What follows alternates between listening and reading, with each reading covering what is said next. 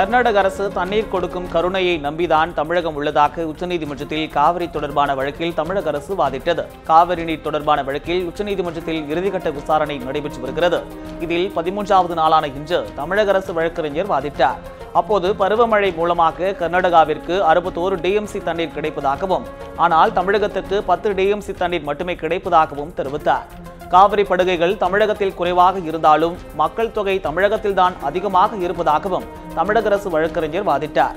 மேலும் கர்நாடக அரசு கேட்கும் 465 டிஎம்சி தண்ணீர் கொடுத்தால் தமிழகத்திற்கு கொஞ்சம் கூட தண்ணீர் கிடைக்காத சூழ்நிலை ஏற்படும் என்றும் தமிழக அரசு தரப்பு வழக்கறிஞர் வாதிட்டார்.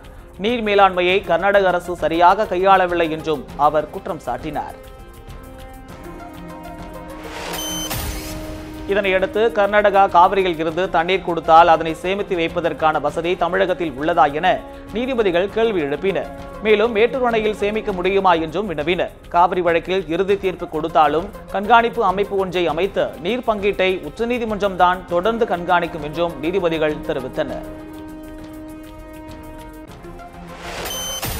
தமிழக அரசியலில் பரபரப்பான சூழ்நிலை நிலவி வரும் நிலையில் முதலமைச்சர் எடப்பாடி பழனிசாமி தலைமையில் நாளை ஆலோசனைக் கூட்டம் நடைபெற உள்ளது.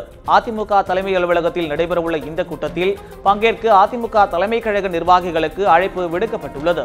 புதிய நிர்வாகிகளை டிடிவி தினகரன் அறிவித்துள்ள நிலையில் முதலமைச்சர் எடப்பாடி பழனிசாமி தலைமையில் நடைபெறவுள்ள இந்த ஆலோசனைக் கூட்டம் முக்கியத்துவம் வாய்ந்ததாக கூறப்படுகிறது.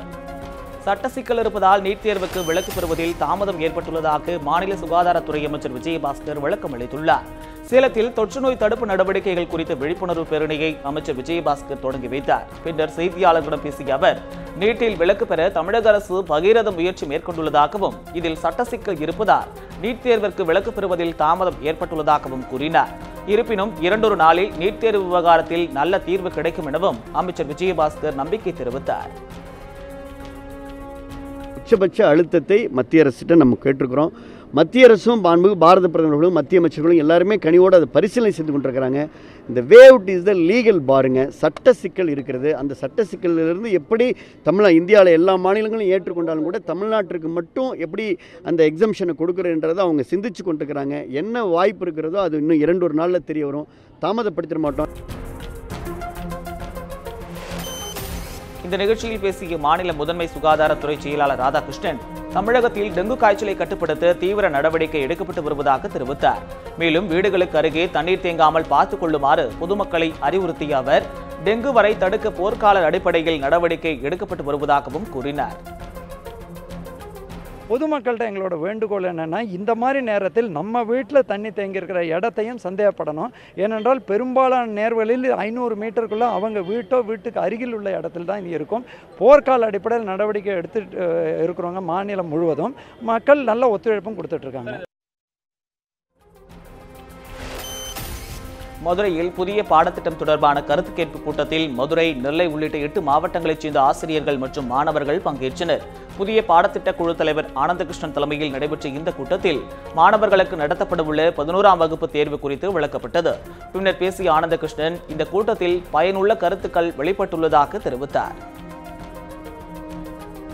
நான் கேட்ட வரைக்கும் மிக அருமையான கருத்துக்கள், மிகவும் பயனுள்ள கருத்துக்கள், செயல்படுத்தக்கூடிய கருத்துக்கள் இன்றைக்கு வெளிப்படுத்தப்பட்டிருக்கு.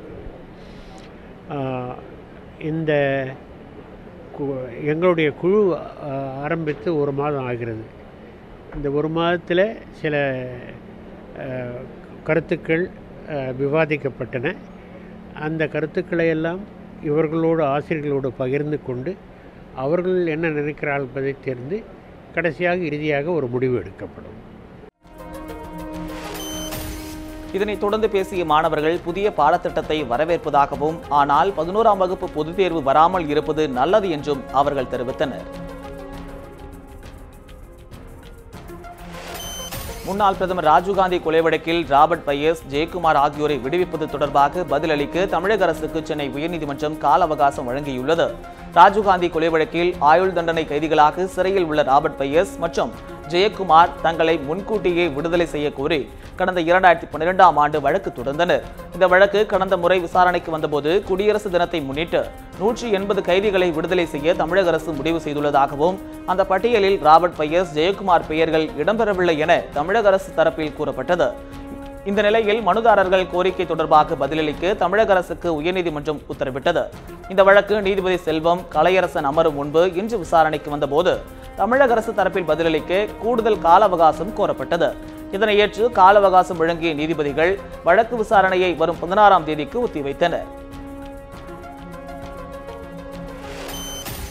முரசொலி பவள விழாவிற்கான இறுதிக்கட்ட பணிகள் குறித்து திமுக செயல் தலைவர் மு.க. ஸ்டாலின் ஆலோசனை மேற்கொண்டார். திமுகவின் அதிகாரப்பூர்வ நாளேடான முரசொலியின் 75 ஆண்டு நிறைவு விழா சென்னையில் நாளை மற்றும் நாளை மறுநாள் நடைபெறுகிறது. இதில் முரசொலி பத்திரிகை தொடர்பான கண்காட்சி கோடம்பாக்கத்தில் உள்ள முரசொலி அலுவலகத்தில் திறந்து வைக்கப்பட உள்ளது.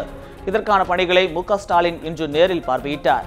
அப்போது முரசொலி பவள விழா சிறப்பாக நடைபெறுவதற்கு பல்வேறு ஆலோசனைகளை மு.க. ஸ்டாலின் நிர்வாகிகளுக்கு வழங்கினார்.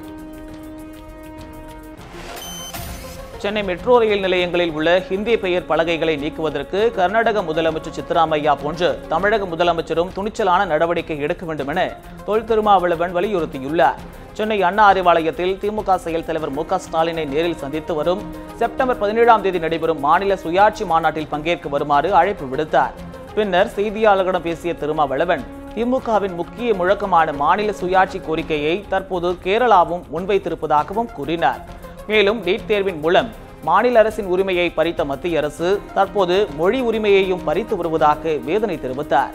இந்த நிலையில் சென்னை மெட்ரோ ரயில் நிலையங்களில் உள்ள ஹிந்தி பெயர்களை நீக்குவதற்கு கர்நாடக முதலமைச்சர் போன்று துணிச்சலான நடவடிக்கை தேவை என்றும் இதில் தமிழக அரசின் நிலைப்பாட்டை தெளிவுபடுத்த வேண்டும் என்றும் தொல் திருமாவளவன் வலியுறுத்தினார். தொடர்ந்து போராடி வருகிற சமூகம் தமிழ் சமூகம். ஆனால் இன்றைக்கு இருக்கிற அரசியல் நெருக்கடிகளால் தமிழக அரசு மத்திய அரசின் இந்த தலையீடுகளை எல்லாம் எதிர்க்க முடியாத நிலையில் இன்றைக்கு தளர்ந்து போயிருக்கிறது என்பது வேதனை அளிக்கிறது. வேலூரில் ஒப்பந்ததாரரிடம் லஞ்சம் பெற்ற மாநகராட்சி ஆணையர் கைது செய்யப்பட்டார். வேலூர் வேலப்பாடியைச் சேர்ந்த ஒப்பந்ததாரர் பாலாஜி கடந்த ஏப்ரல், மே, ஜூன் மாதங்களில் வேலூர் மாநகராட்சி பகுதிகளில் டெங்கு கொசு ஒழிப்பு பணிக்காக சுகாதார பணியாளர்களை அனுப்பியுள்ளார். இதற்காக அவருக்கு மாநகராட்சி நிர்வாகம் 10,23,000 வழங்க வேண்டும் என கூறப்படுகிறது. இந்த தொகையை வழங்க ஆணையர் குமார் 22,000 ரூபாய் லஞ்சம் கேட்டுள்ளார். இதுகுறித்து லஞ்ச ஒழிப்பு போலீசில் பாலாஜி புகார் கொடுத்திருக்கிறார். இதனையடுத்து லஞ்ச பணத்தை பெற்றபோது மறைந்திருந்த லஞ்ச ஒழிப்பு போலீசார் ஆணையர் குமாரை கைது செய்தனர். மேலும் அவரது வீடு மற்றும் அலுவலகங்களில் சோதனை மேற்கொண்டனர். திராவிட இயக்கங்களை தாண்டி தமிழகத்தில் எந்த கொடியும் பறக்க முடியாது என அதிமுக பேச்சாளர் நாஞ்சில் சம்பத் தெரிவித்துள்ளார். சென்னை அடையாற்றில் உள்ள டிடிவி தினகரன் இல்லத்தில் செய்தியாளர்களிடம் பேசிய அவர், அதிமுகவிற்கு பச்சை துரோகம் செய்த முன்னாள் முதல்வர் ஓ பன்னீர்செல்வத்தை பாஜக தான் இயக்கி வருவதாக குற்றம் சாட்டினார்.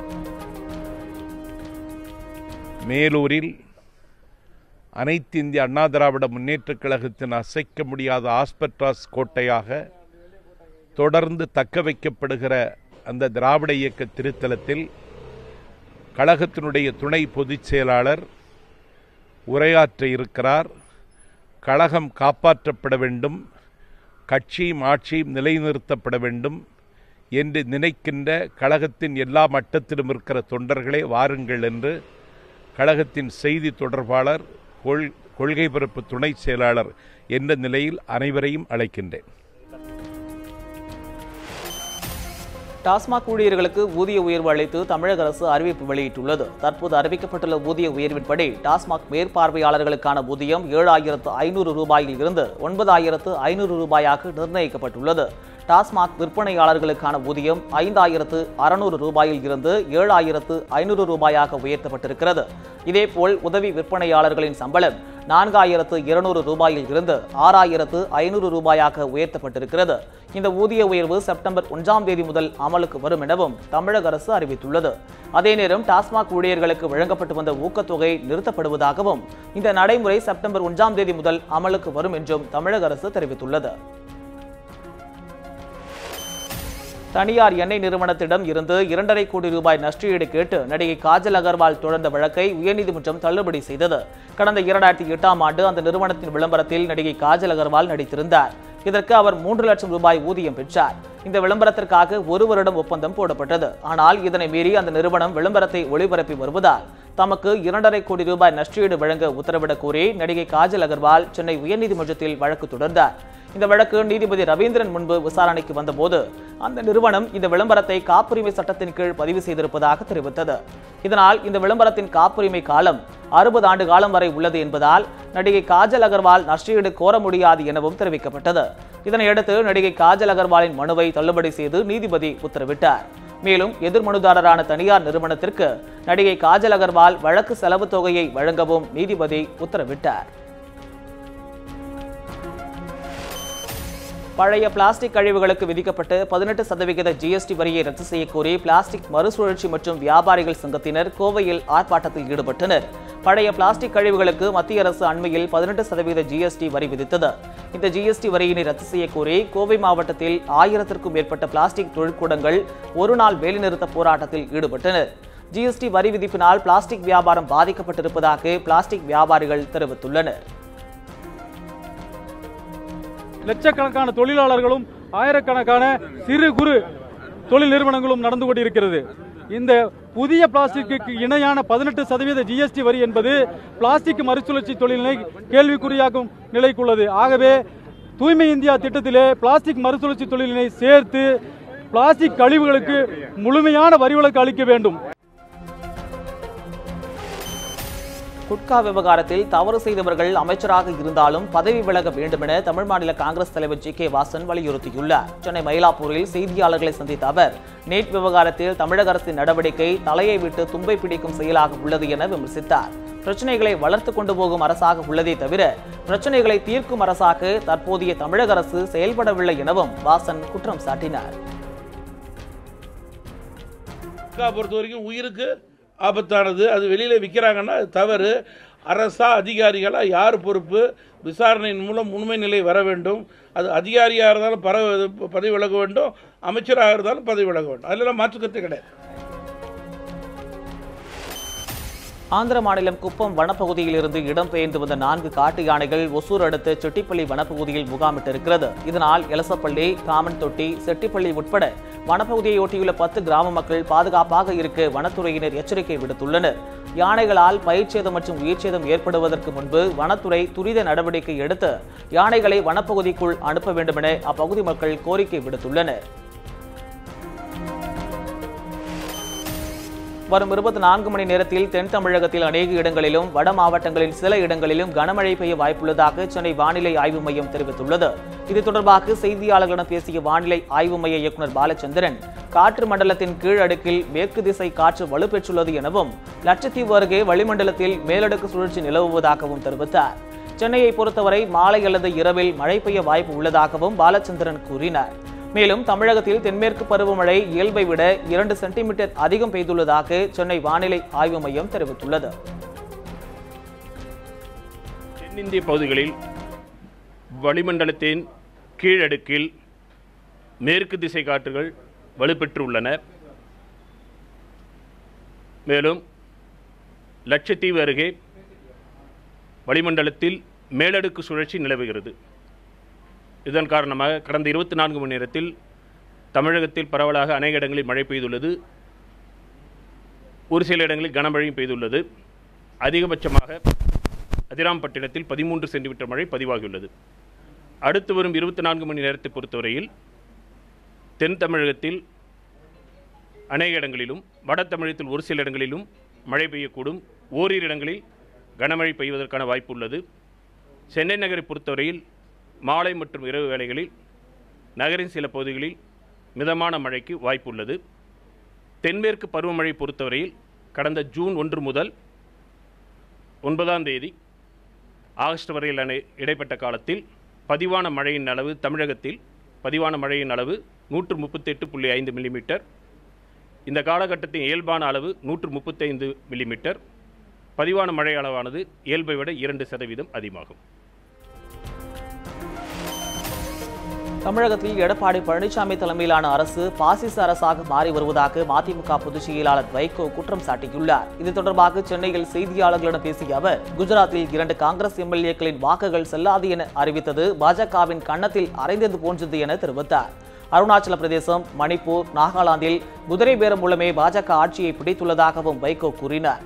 மேலும் கதிராமங்கலம், நெடுவாசல் போராட்டங்களில் ஈடுபட்டவர்கள் கைது செய்யப்பட்டதற்கு அவர் கண்டனம் தெரிவித்தார். மேலும் எடப்பாடி பழனிசாமி தலைமையிலான அரசு பாசிச அரசாக மாறி வருவதாகவும் வைகோ குற்றம் சாட்டினார். மயிலே மயிலே இறகு போடுன்னா போடாது. உங்களை நாங்கள் நெடுவாசலில் போராடுறாங்க, கதிராமங்கலத்தில் போராடுறாங்கன்னா இங்கே உள்ள தமிழ்நாடு சர்க்கார் கதிராமங்கலத்தில் போராடினவங்களை தூக்கி பேராசிரியர் உட்பட ஜெயிலில் போட்டாங்க. இந்த ஹைட்ரோ கார்பன் திட்டம் தப்புன்னு சொல்லி பிரசுரத்தை வெளியிட்டதுக்கு வளர்மதிங்கிற கல்லூரி மாணவியை குண்டா சாய்க்கில் போட்டிருக்காங்க. இந்த அரசு ஒரு பாசிச அரசாக மாறி வருகிறது. எடப்பாடி பழனிசாமி தலைமையில் இருக்கக்கூடிய அரசு ஒரு பாசிச அரசாக மாறி வருகிறது என்பதற்கு இதெல்லாம் ஒரு உதாரணம்.